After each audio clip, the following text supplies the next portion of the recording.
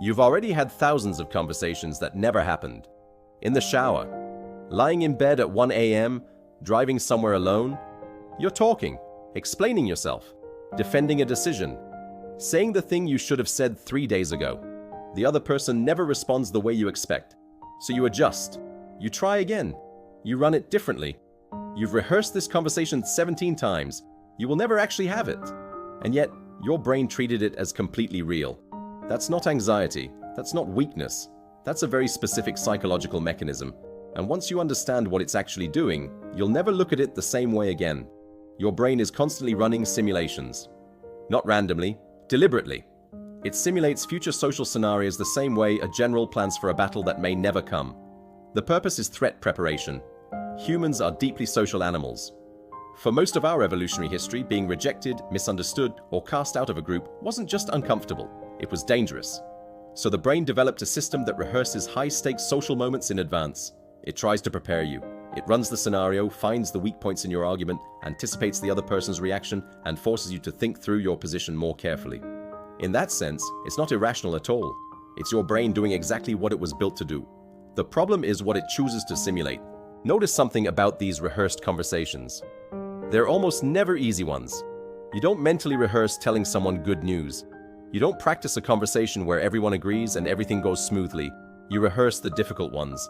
The confrontation, the explanation, the defense, the moment where someone might not understand you, or worse, might judge you. Your brain doesn't simulate randomly. It prioritizes scenarios with the highest perceived threat. The higher the emotional stakes, the more rehearsal loops your brain generates, which is why you can replay a difficult conversation with a parent, a boss, or an ex on loop for days. While a genuinely pleasant interaction disappears from memory almost immediately, the brain isn't being cruel to you. It's allocating resources to where it thinks you need them most. But there's something deeper happening here, something most people miss entirely. When you rehearse a conversation, you're not actually thinking about the other person. You're thinking about yourself. The rehearsal isn't really preparation for a dialogue. You're working out what you believe, what you need, what you're willing to accept, where your line is. The imaginary version of the other person is just a device, a moving target that forces your own thoughts into sharper focus. That's why the conversation in your head is never accurate. The real person would say something unexpected.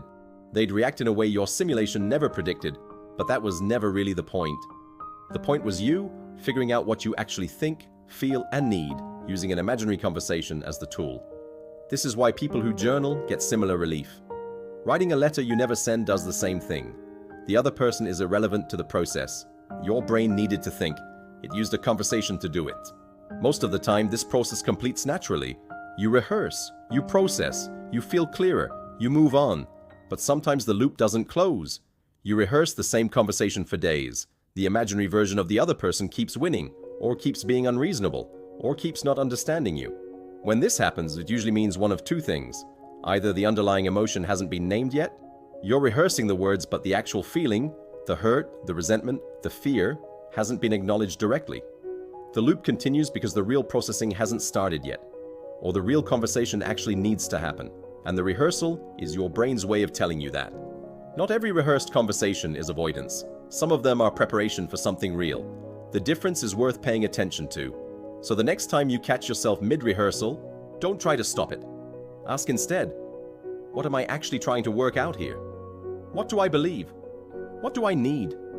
What is this conversation helping me figure out? Because the person you're really talking to, in every single one of those rehearsals, is yourself. And that conversation is always worth having. If this felt familiar, drop it in the comments.